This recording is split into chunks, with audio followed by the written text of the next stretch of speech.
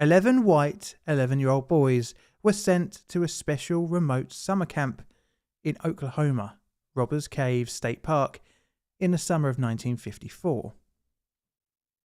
Each child is unknown to one another, but they all have a few common background traits: their ethnicity, religion, and two-parent upbringing. They have been told that they will be living together on this scout camp site, but first they must all get to know each other and pick a group name. To solidify the bond between the boys, a number of regular summer camp activities are undertaken, such as swimming, hiking, and playing games. The boys pick the name the Eagles and stencil this onto white flags. What the children didn't know was that an almost identical story was playing out with another group of 11 to 12-year-old boys across the park, and they had given themselves the name the Rattlers. Neither group is aware of one another, and they are also unaware that in just a few days' time they'll be competing against each other in a number of standard summer camp activities. What the children also don't know is that their camp counsellors are actually researchers into a psychology experiment into intergroup conflict. And the researchers had created these groups by randomly selecting and balancing attributes of the 22 boys. The result of the study would reveal the tribal mentality which has allowed us to thrive as a species, but also has been responsible for some true historical horrors. Even though both groups shared so many background similarities, the experiment would be described as the real-life Lord of the Flies. Welcome to the dark side of science.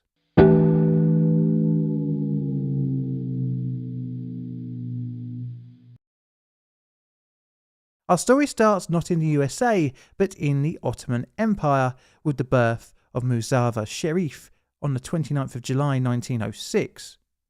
Sherif, in the first 20 years of his life, would see a tumultuous time for his home country.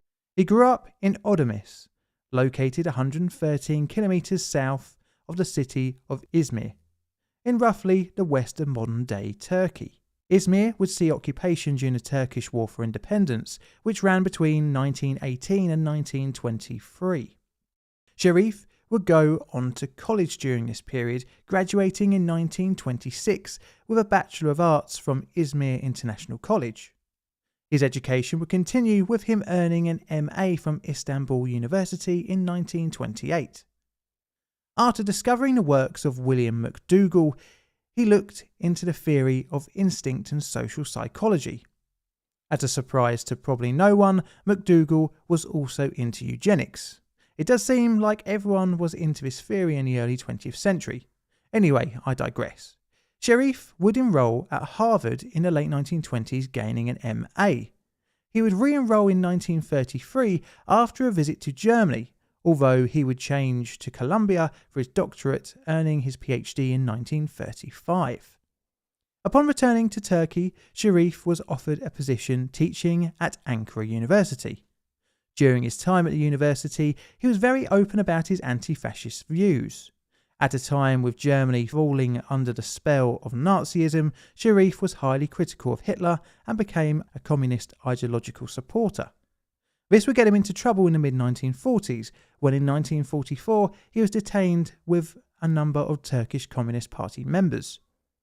Turkey during World War II was a neutral power for the most part, until it sided with the Allies in February 1945. But the country was fearful of a Soviet invasion and sought to secure itself with the capitalist Western Allies. This was around the same time that Sherif decided to leave Turkey and return to the USA after being detained, in fear of a harsher punishment for his political activities, as the country looked further to the west in its political alignment.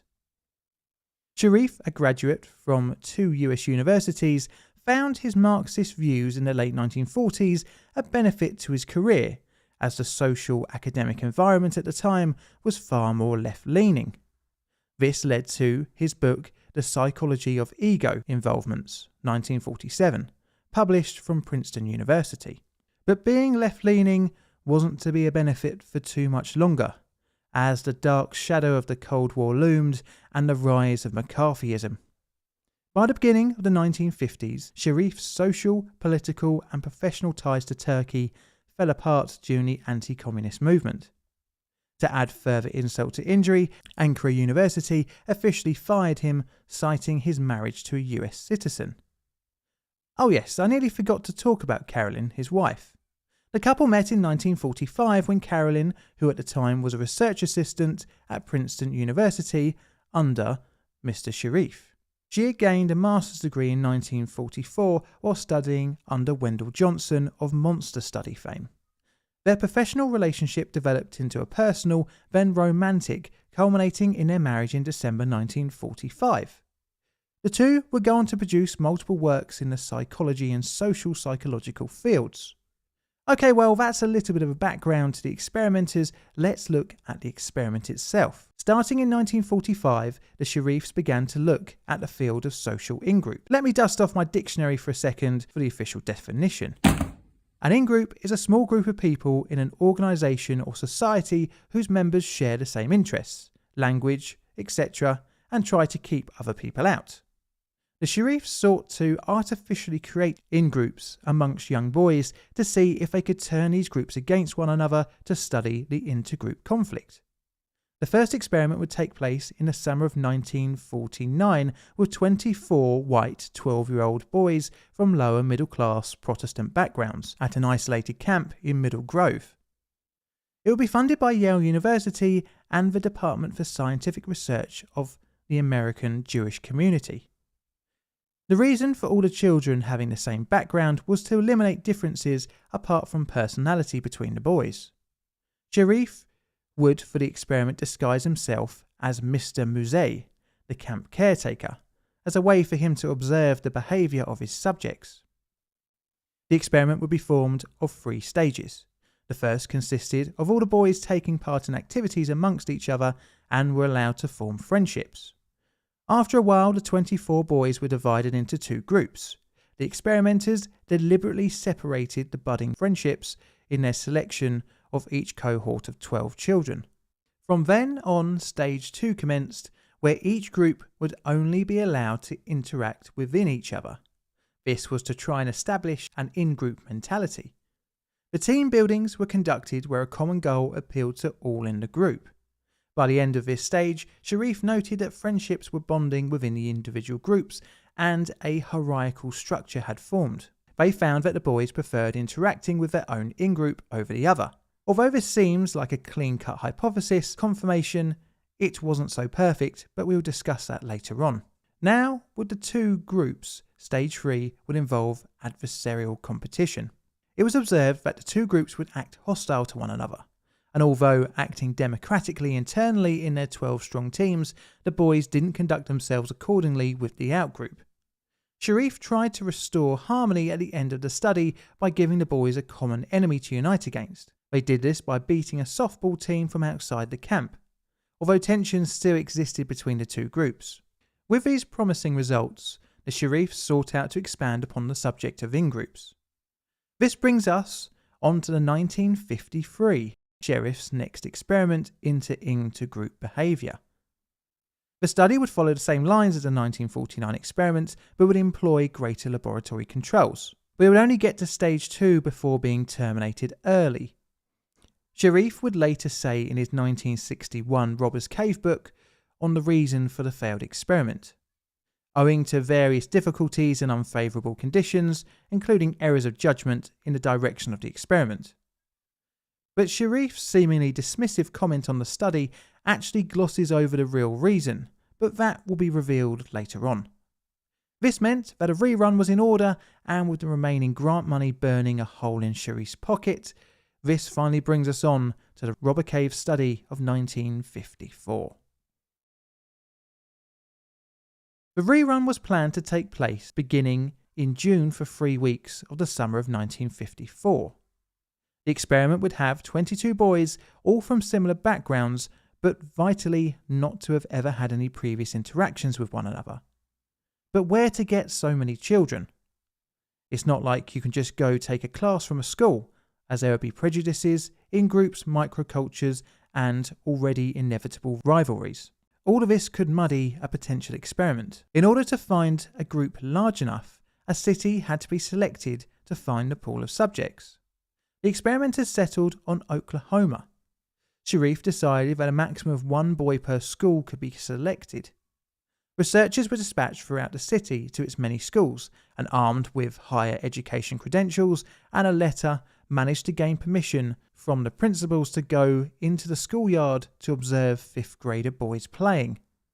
These credentials also gained access for the researchers to the children's school records. This, compared to the modern world of stranger danger, really blows my mind. Oh, the 1950s, where a degree and a letter will get you in anywhere. In total, around 200 children were selected. This would require a little more selection, down to around 50. Anyway, to cut a long story short, around 5 or 6 children per school were selected, rated top to bottom in preference, and their parents were contacted in the same order. The parents were given the same explanation of the study as the principals, that the Sharif team was looking to study the interaction of group activities within teams and how they would act during sporting activities and their attitudes towards winning or losing. The parents were explicitly told that visiting their child during the 3 weeks was prohibited and the camp would cost $25, which apparently on the inflation calculator is around $261 in 2022 money. Eventually, the 22 participants were selected and thus the experiment could begin. The overall concept of the experiment would be copied from the 1949 and failed 1953 studies, but would take a 3-stage form. Sharif named the first stage in-group formation. This would take the space of a week, where 2 groups were kept separate, and team-building exercises were undertaken to form an in-group bond within the participants. Games and treasure hunts were planned during Stage 1 to help build friendships and in-group alliances. Stage 2 would be the conflict or friction phase. This would involve a tournament between the 2 groups, consisting of sports like baseball, tug-of-war, and a scavenger hunt, but also experimental tests like bean counting competitions. A trophy was promised for the winners of the competition, as well as prizes like knives and medals. Oh, the 1950s, where pre-teens were given weapons.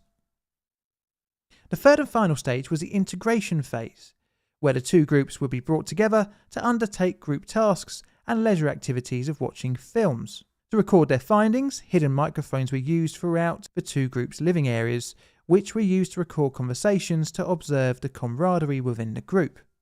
The groups were also given questionnaires to fill out about their group and later about the outer group.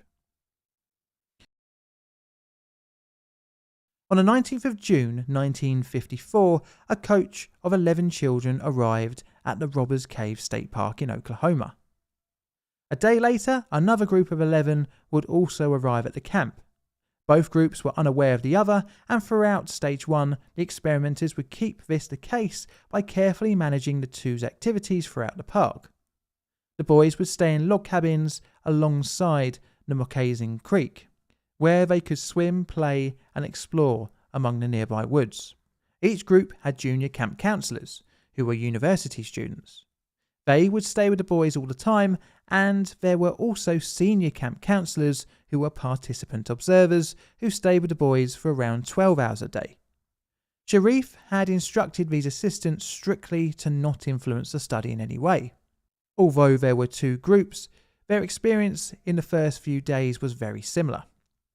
After the 19th of June, the first stage would begin.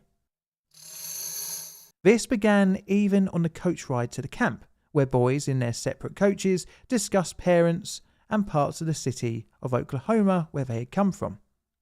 Games were played and the groups were encouraged to create team names, make flags and create a motto. One group took the name the Eagles, where the other took the name the Rattlers.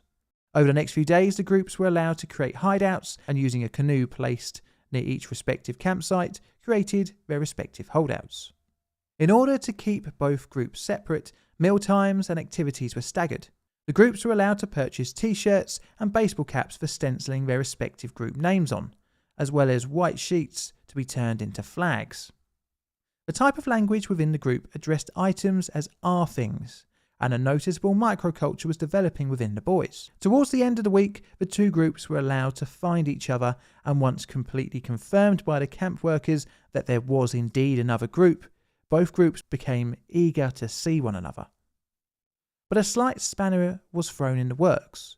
Two boys in the Eagle group had to be sent home due to homesickness.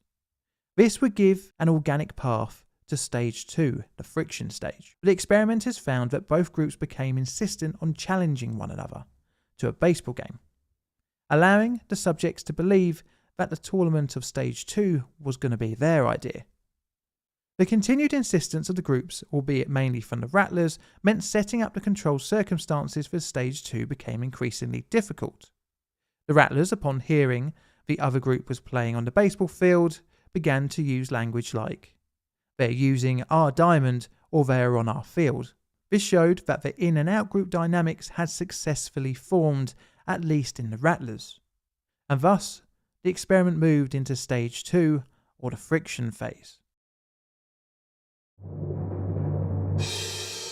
The first day of the friction phase consisted of an informal discussion between the experimenters, posing as staff, and the two groups separately.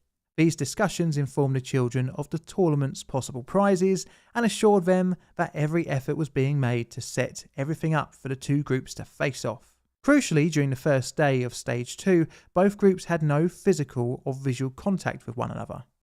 The different groups had different reactions to the informal announcements.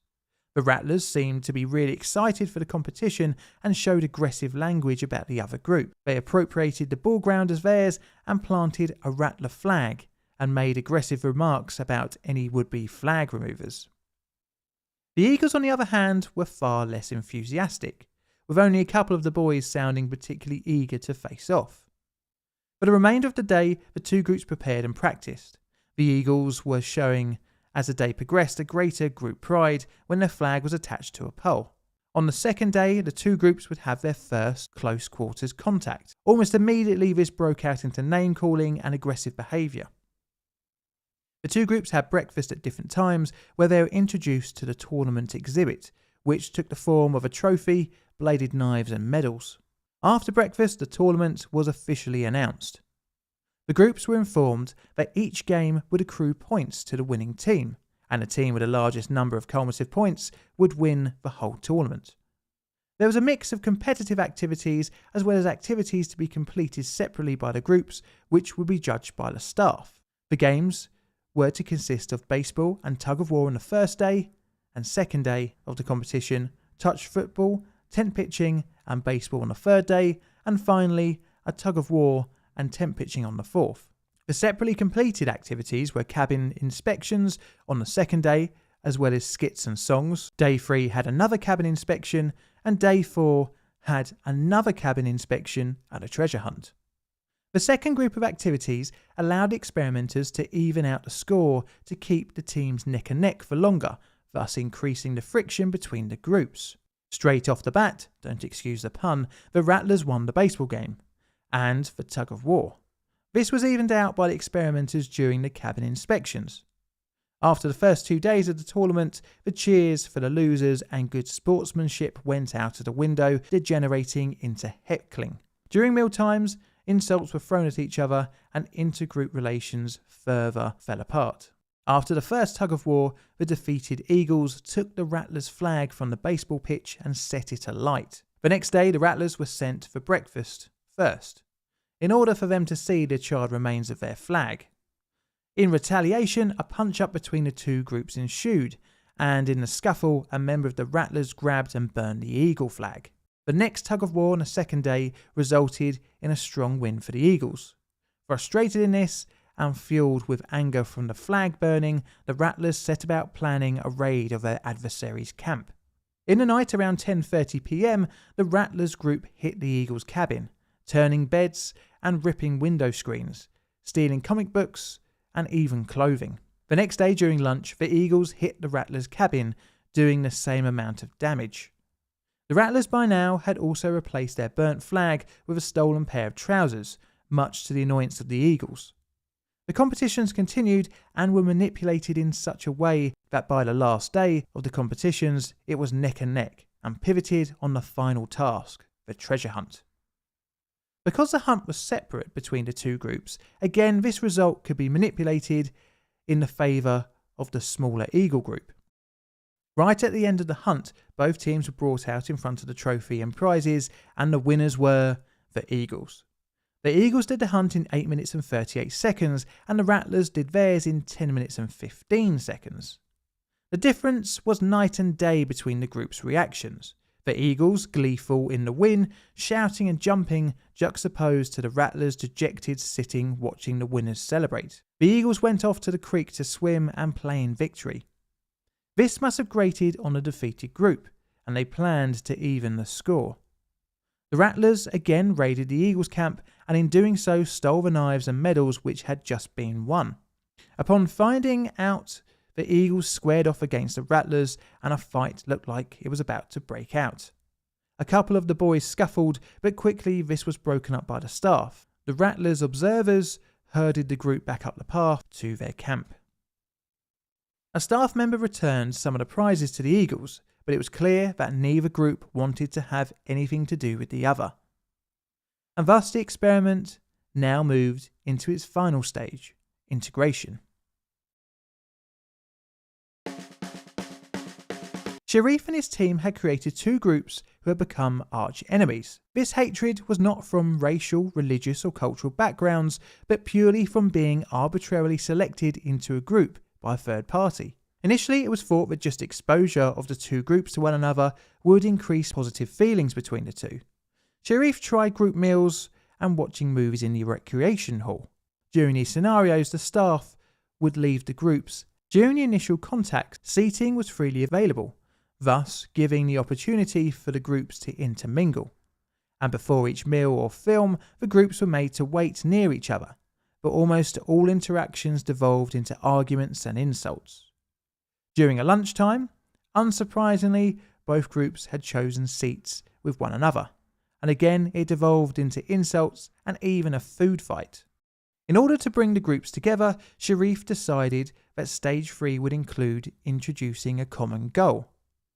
The experimenters engineered a fault with the water system.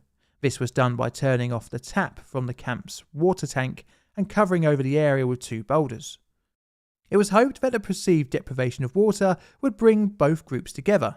They were told that vandals had done this before in order to absolve blame from either group or the staff, and were told that at least 25 people were needed to find the issue and fix it, thus requiring at least both teams to cooperate. After the combined effort of both groups fixed the water issue, many of the boys went off to catch lizards, play and carve wood whistles. But interestingly, the children weren't working within their groups, but had separated off, intermingling. But the intergroup friction continued to persist when the groups were separated for dinner, leading to more insults and arguing. Another engineered cooperation task was securing the film Treasure Island. The children were told that the camp couldn't afford the $15 for the film. As most of the children wanted to see the film, it was suggested that both groups could contribute some money.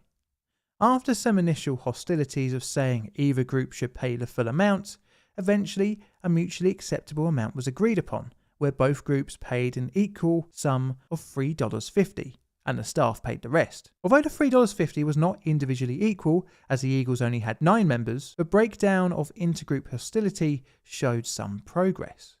During the negotiations, the boys intermingled again by playing and talking.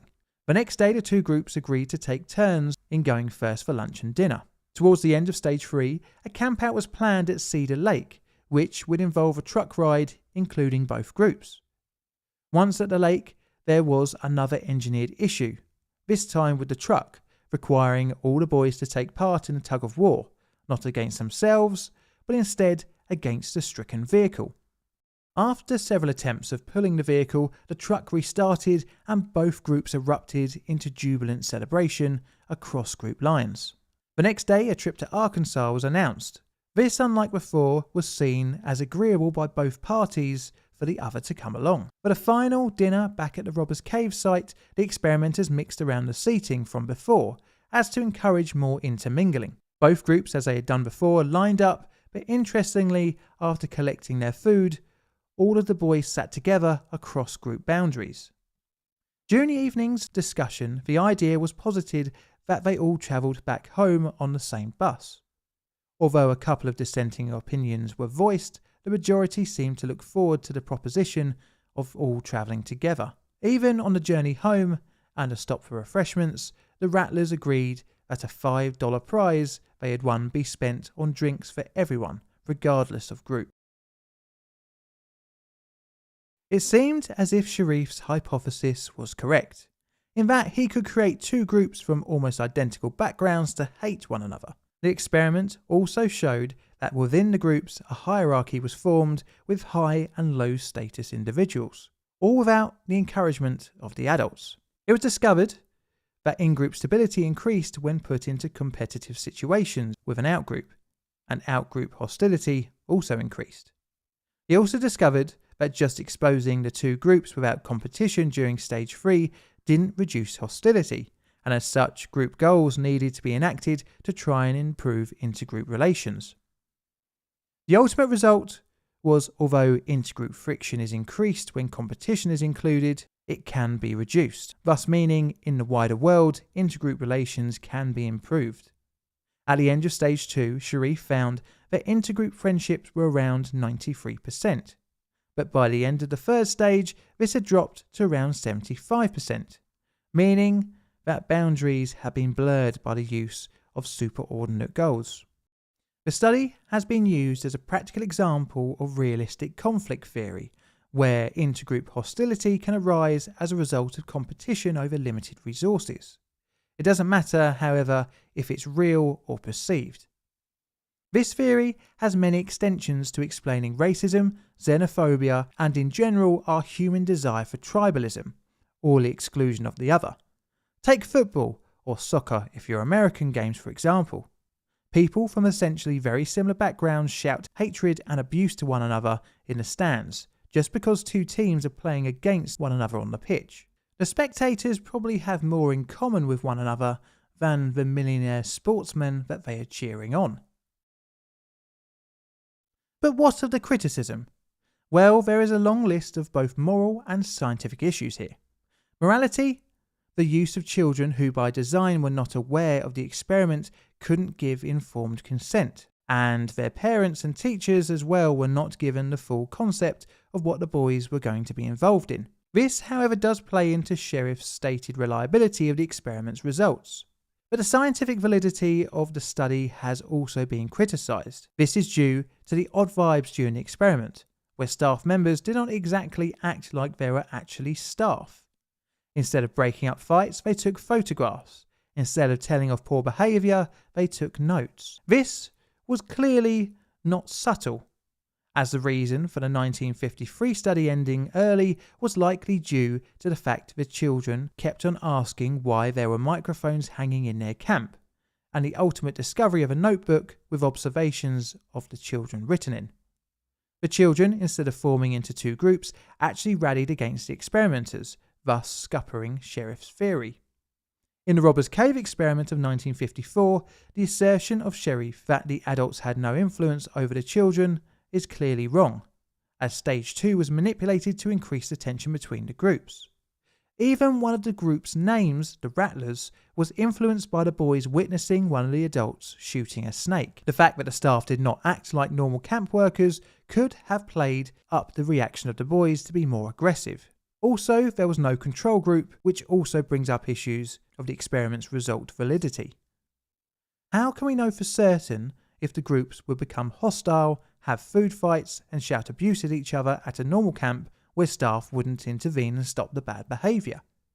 Furthermore, it could be normal for boys who started out as enemies to end up as friends after 3 weeks, regardless of the superordinate goals set out by the experimenters, leading to Sharif placing more weight on the results and attributing the children's actions to his realistic conflict theory. The study would become a cornerstone of realistic conflict theory and put the Sharifs into the Hall of Fame of experimental psychologists. But multiple modern re-evaluations of the experiment have disputed this. In Gina Perry's book, The Lost Boys, which during her research went through all the material from the experiment, found that there was more backstage manipulation than originally thought. The way the Robbers Cave experiment book is written glosses over the manipulation in its neutral language, as Gina pointed out. What is interesting, however, is how the 1953 study actually proved the better nature of the children, in that they stayed friends and turned against the experimenters. Now, where would you rate this experiment on my ethical scale? I'm going to say around a 7 due to the violence that broke out between the boys and the apparent lack of intervention, as well as the lack of informed consent on the part of the subjects. This video is a Plain Difficult production. All videos on the channel are Creative Commons Attribution Share Alike licensed. Plain Difficult videos are produced by me, John, in the currently windy and wet southeastern corner of London, UK. Help the channel grow by liking, commenting and subscribing. Check out my Twitter for all sorts of photos, nods and sods, as well as hints on future videos. I've got Patreon and YouTube membership as well, so check them out if you fancy supporting the channel financially. And all that's left to say is thank you for watching.